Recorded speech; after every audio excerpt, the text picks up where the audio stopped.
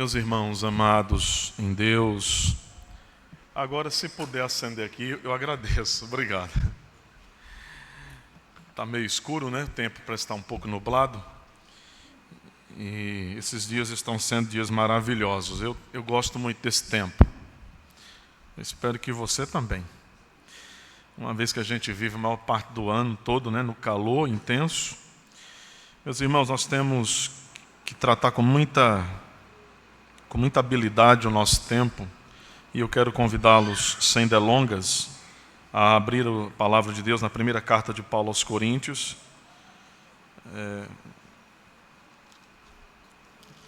capítulo 1. Nós não temos hoje uma pregação, uma palavra assim, exatamente expositiva, na melhor forma de se ver.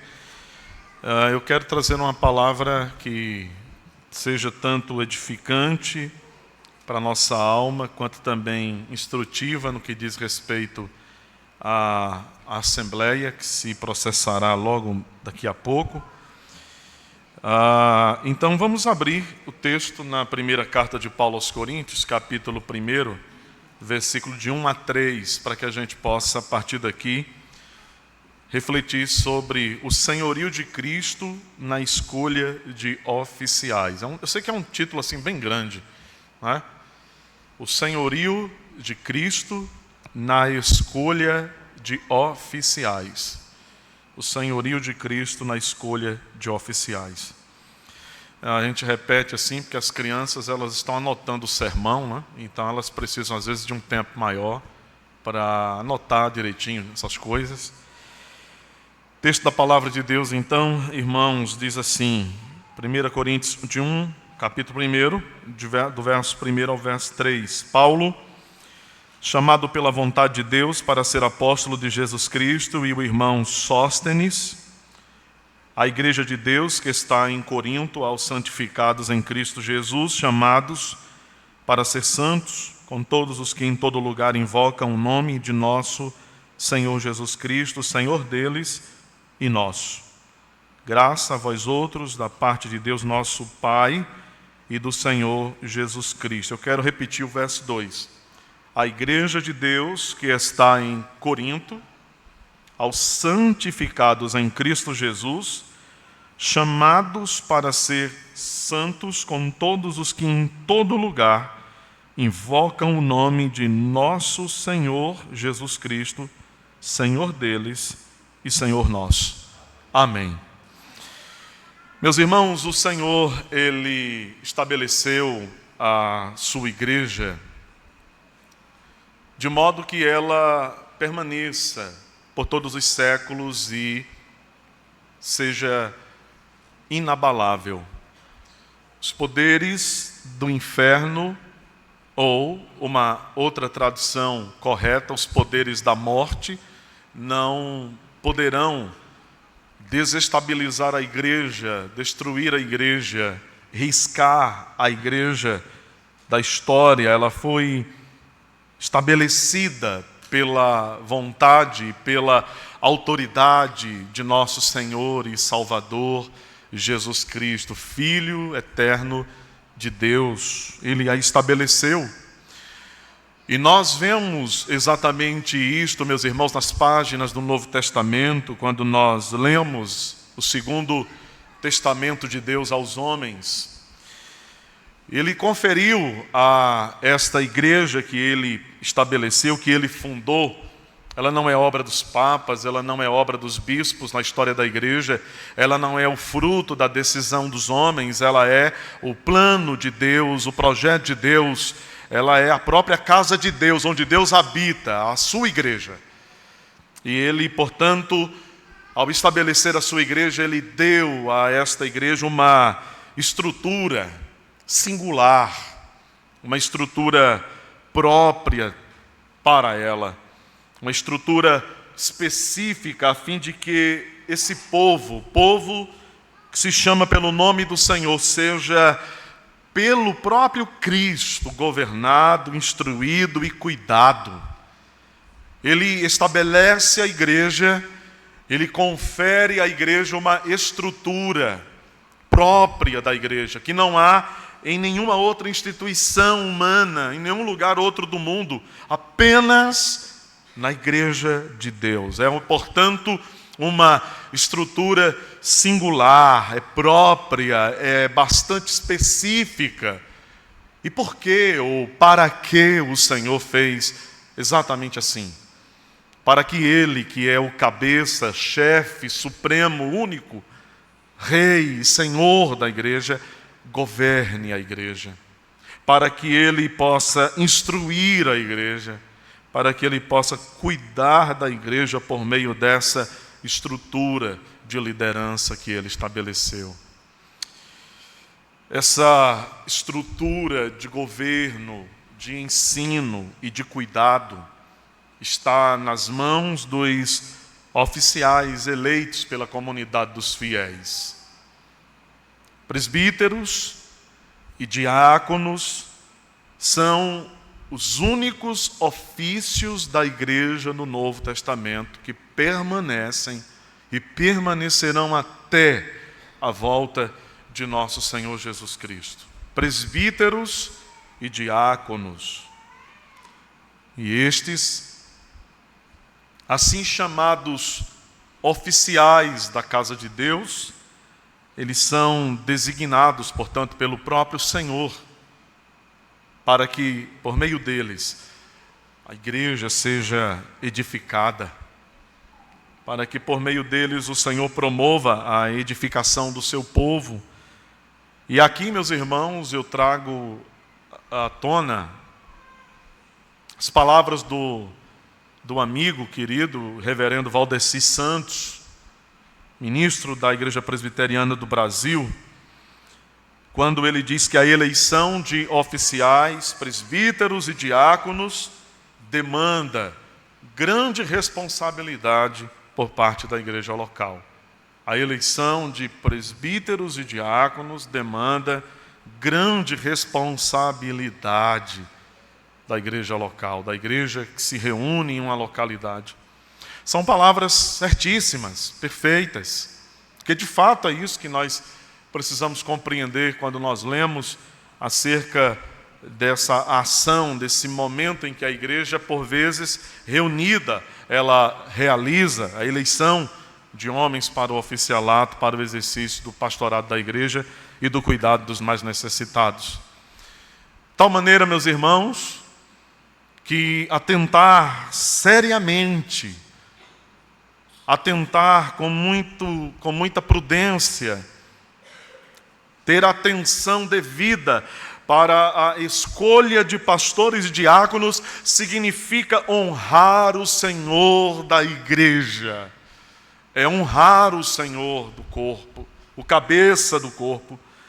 Mas, infelizmente, uma noção, ao que parece, um tanto esvaziada ou perdida, por assim dizer, pelo menos em parte, porque alguns não têm olhado para estas ocasiões da igreja com a devida vênia, né? Como diriam os juristas, com o devido cuidado, com a devida discrição. Infelizmente, um comportamento não honroso para com a eleição de homens na igreja para o oficialato, acaba por não honrar o Senhor que estabeleceu estas ordens.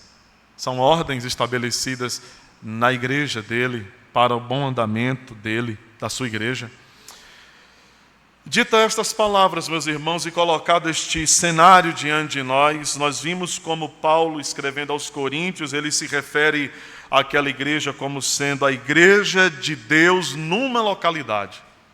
A igreja de Deus em Corinto. Assim como a igreja de Deus em Paulo Afonso, em Petrolina, em Recife, no Rio de Janeiro, em qualquer local onde ela esteja, ali está a igreja de Deus. Paulo diz que esta igreja, ela é santificada em Jesus Cristo. Nós somos feitos santos na pessoa bendita do Filho de Deus. O que significa dizer que fomos então separados do mundo, não só da corrupção do mundo, não só de sua alienação para com Deus, mas separados, tirados da condenação que está sobre o mundo. Nós fomos então, diz Paulo, chamados para ser santos. Chamados. Essa palavra chamados, ela tem uma carga muito grande no Novo Testamento. Isto é vocação, é chamar. E se vocês quiserem um bom exemplo do que é chamar e do impacto disso e de como efeitos ou um efeito poderoso do chamar de Deus acontece, nós poderíamos nos lembrar de quando o Senhor, Ele chama Lázaro de dentro do túmulo. Vem para fora, sai. E o homem não pôde ficar retido ali. Ele sai dali. Então, quando o Senhor chama alguém para algo, para exercer algo, esse é um chamado poderoso, intenso.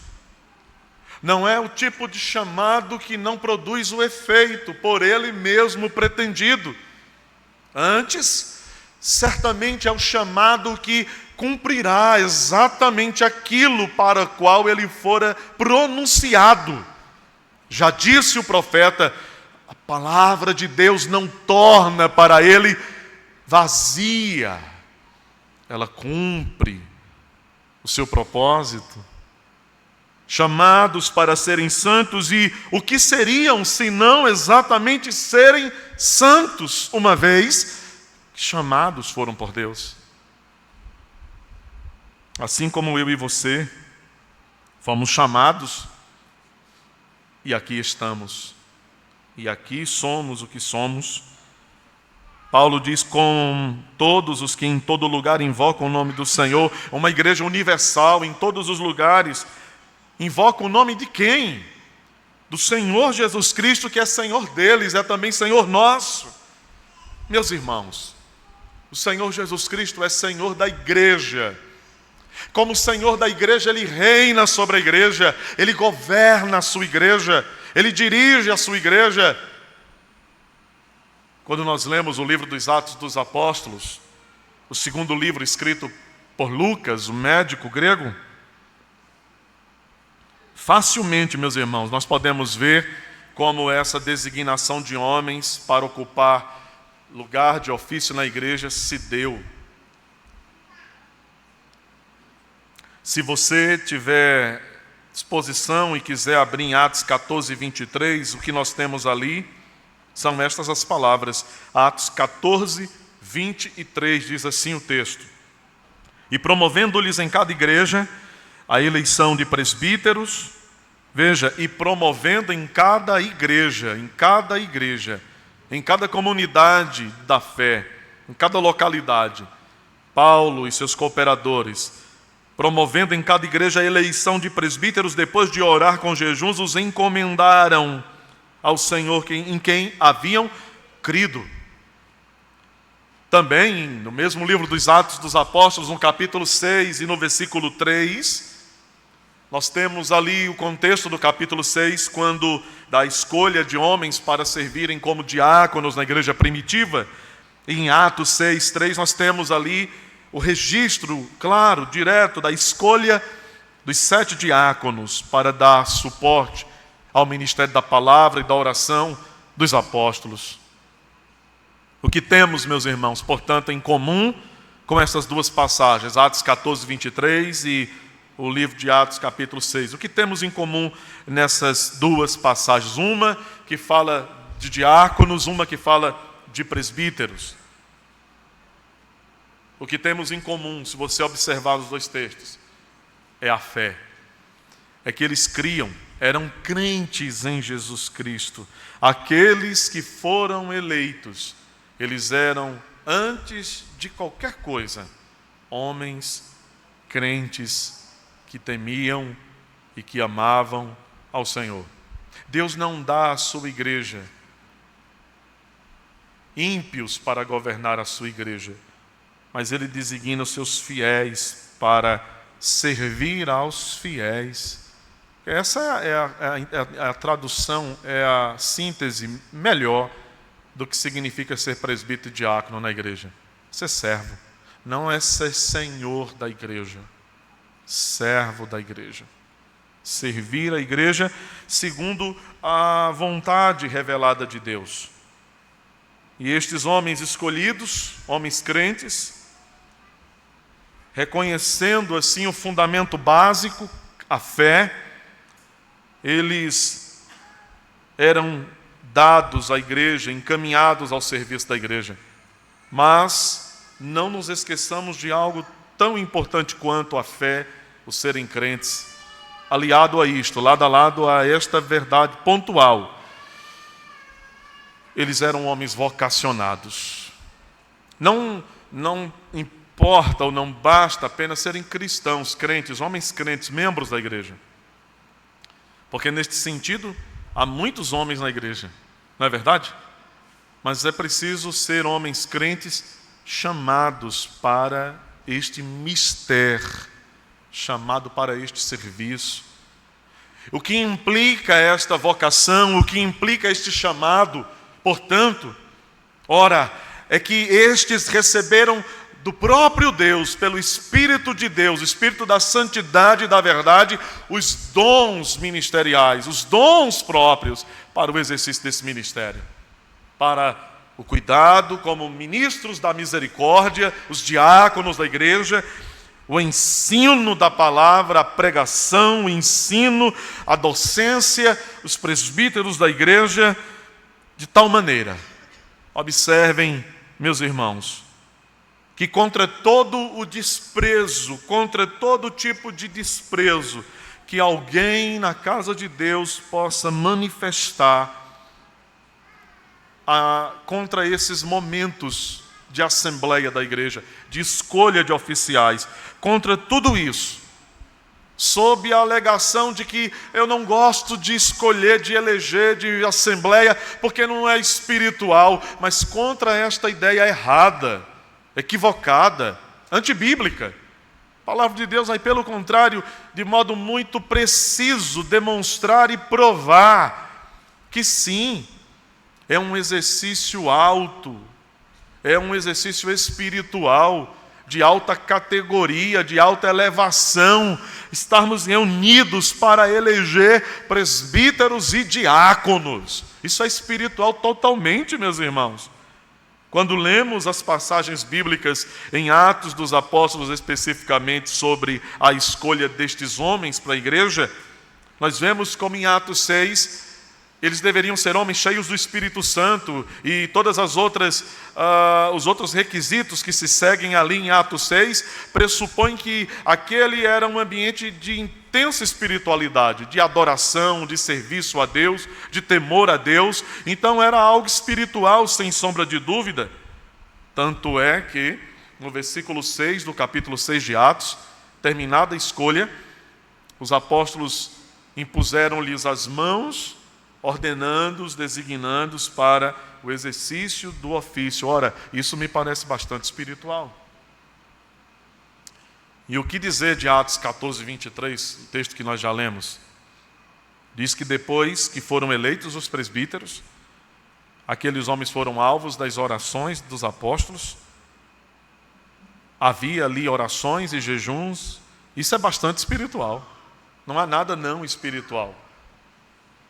Meus irmãos, tratar a eleição de oficiais como algo de pequena importância é ofender o Espírito de Deus, que dá dons aos homens para que sirvam na casa do Senhor. Abandonar uma assembleia sem nenhum motivo justo, simplesmente porque eu não estou afim, não quero, é uma demonstração de desobediência, de insubmissão, de desprezo ao dom do Espírito Santo. É uma desonra a Cristo, Senhor e cabeça da igreja, porque é não obedecer a Ele como Senhor e não obedecer aos líderes que Ele deu à igreja, que convoca a igreja para tal. E os que assim procedem, certamente responderão diante de Deus. Podem passar ilesos diante de nossos olhos como homens, afinal, o nosso julgamento não vai além do que os nossos olhos e ouvidos podem captar. Mas Deus sonda o coração. Ele sabe o que está lá dentro.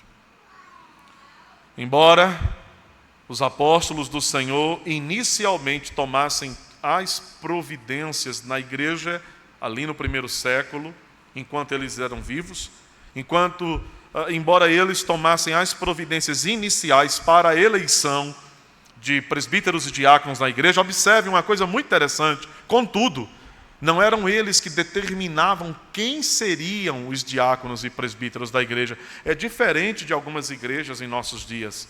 Não é a igreja que escolhe os presbíteros e diáconos.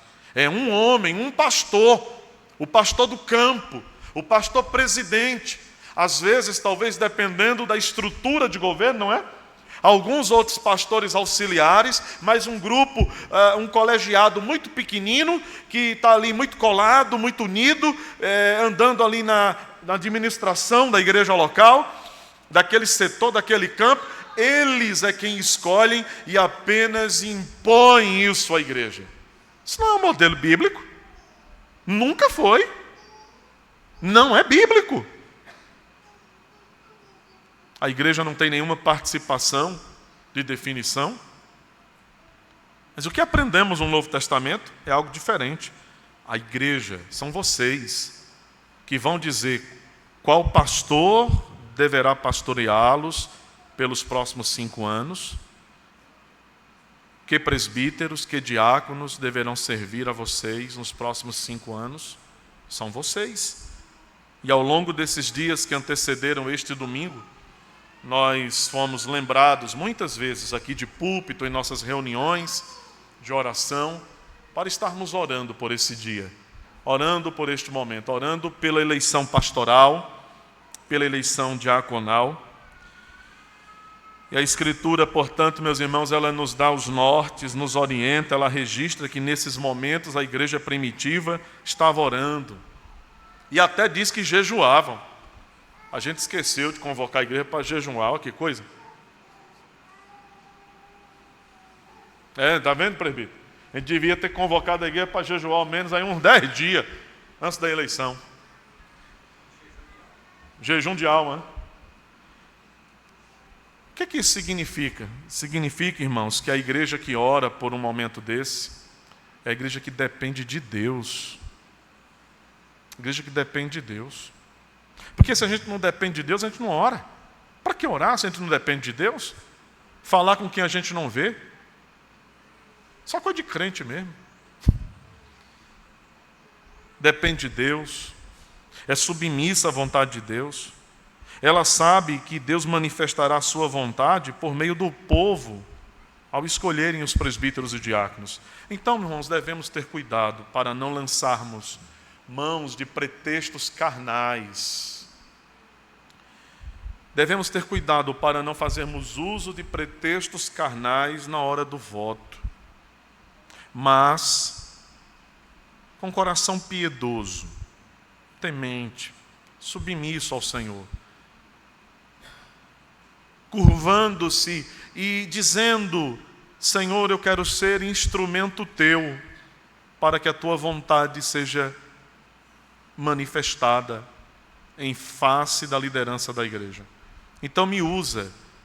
Esse é um momento em que você deve ir votar, pegar aquela cédula, para marcar aquele X, ou não marcar, nesse pensamento, com essa atmosfera. Uma igreja que depende, submissa, crendo que Deus vai manifestar a sua vontade. Nós devemos ter cuidado para não usarmos de pretextos carnais nesse momento. Atentarmos para os critérios da palavra de Deus. A Escritura fala de critérios morais, pessoas irrepreensíveis, marido de uma só mulher, temperante, sóbrio, modesto, que não se embriaga, que não é avarento, não vive a procurar encrencas. Fala de critérios do lar, homens que governam bem a casa, que são maridos, líderes de suas esposas. Um homem que é mandado pela mulher não pode ser líder na igreja de Deus. E tem muita mulher crente que gosta de mandar no marido, e é pecado. Tem muita mulher crente que não obedece à voz do marido, é pecado. Tem muita mulher crente que desrespeita o marido, e é pecado. Se o marido quer lhe conduzir para o mal, para o erro, para o pecado, é óbvio que você não tem a obrigação de obedecê-lo. Mas importa agradar a Deus que aos homens. Por isso os maridos crentes precisam liderar suas esposas segundo Cristo, para que ela nunca tenha um motivo justo de dizer: eu não vou obedecê-lo, nem honrá-lo, nem respeitá-lo, porque você quer que eu peque. Então o homem que vai liderar, ele precisa ser o líder da sua casa. Essa liderança em amor, é em Cristo, é segundo os padrões de Cristo. Esses homens precisam liderar os filhos na admoestação do Senhor, criar os filhos na disciplina do Senhor. Então um homem que tem um filho e uma filha rebelde dentro de casa, e ele não controla, e ele não consegue tratar isso, admoestar esse comportamento, não é apropriado para ser líder na casa de Deus. Não pode. É a Bíblia quem está dizendo, não sou eu. Mas existe também, e aí esses critérios, eles se aplicam tanto a presbíteros quanto a diáconos. Tão somente algo mais específico é exigido dos presbíteros, de nós. É a capacidade de ensinar. É o critério da docência. Ensinar a palavra de Deus. Sermos aptos para o aconselhamento, para tratar. Uma igreja local terá muito do que precisa para ser uma igreja forte e saudável, se ela possuir líderes segundo a palavra de Deus. Uma igreja que tem líderes segundo a palavra de Deus, ela já tem muito, claro que não é tudo, mas ela tem muito do que ela precisa para ser uma igreja forte e saudável. Uma igreja que não tem, ela tem tudo para ser fraca e cheia de confusão. Olha que interessante. Você não precisa de mais nada para ter uma igreja fraca e cheia de confusão. Você só precisa ter liderança que não é segundo o modelo bíblico. Acabou. Está vendo como é mais fácil ser ruim do que ser bom? Está vendo como é mais fácil fazer o que não presta do que fazer o que presta? É mais fácil errar do que acertar, né? E eu termino dizendo a vocês que a Igreja Presbiteriana do Brasil, ela tem em grande monta, em grande consideração, os oficiais dela, presbíteros e diáconos. Os únicos 2 ofícios por esta igreja reconhecidos segundo a Sagrada Escritura. Por estes ofícios, digo, Cristo governa e Cristo cuida do seu povo.